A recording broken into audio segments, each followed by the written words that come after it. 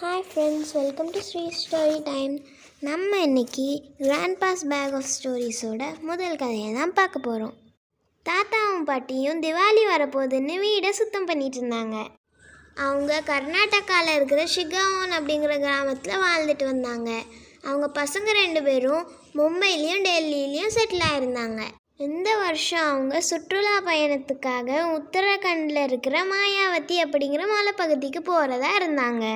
தாத்தா 50 வருஷத்துக்கு முன்னாடி நீ மலைப்பகுதிக்கு போனேன், பசங்க கிட்ட நம்ம போகிறத பற்றி சொல்லிட்டியா அப்படின்னு கேட்டார். சொல்லிட்டேனே அப்படின்னு பாட்டி சொன்னாங்க. அவங்க பொண்ணு சுமதி மும்பையிலேருந்து அப்போ பார்த்து கால் பண்ணாங்க. சுமதி, அம்மா, பசங்க படிக்கிற ஸ்கூல் 1 மாதத்துக்கு லீவ் விட்டுருக்காங்க. ஸ்கூலில் ஏதோ ரிப்பேர் ஒர்க்கான்.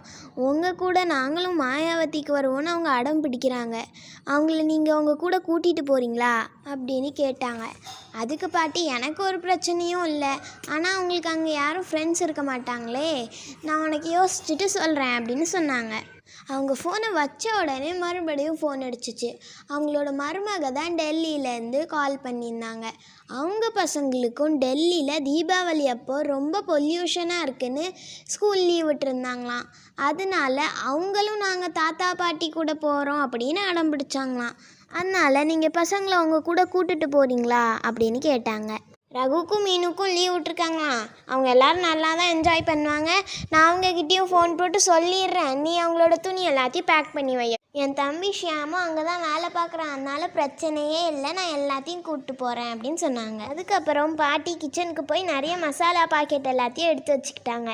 ஒருவேளை அங்கே சாப்பாடு கிடைக்கலன்னா என்னோடய பேரம்பேத்திக்கெல்லாம் நான் சமைக்கணும்ல அப்படின்னு அவங்களுக்கு அவங்களே சொல்லிக்கிட்டாங்க. தாத்தாவும் பாட்டியும் பிளானை போட்டாங்க. இவங்க 2 பேரும் இங்கேருந்து டெல்லிக்கு போவாங்க. ரகுவும் மீனும் மும்பையிலேருந்து டெல்லிக்கு வருவாங்க. அனுஷ்காவும் கிருஷ்ணாவும் டெல்லியில் ரெடியாக இருப்பாங்க. அங்கேருந்து மாயாவதிக்கு பக்கத்தில் இருக்கிற பாட்னா நகர் அப்படிங்கிற ஏர்போர்ட்டுக்கு போவாங்க. இதுதான் அவங்களோட பிளான். அடுத்து என்னெல்லாம் பண்ணுறாங்க அப்படின்னு தெரிஞ்சுக்கிறதுக்கு நம்ம சேனலை மறக்காமல் பாருங்கள். நன்றி. தூக்கம் உங்கள் கண்களை தழுவட்டும்.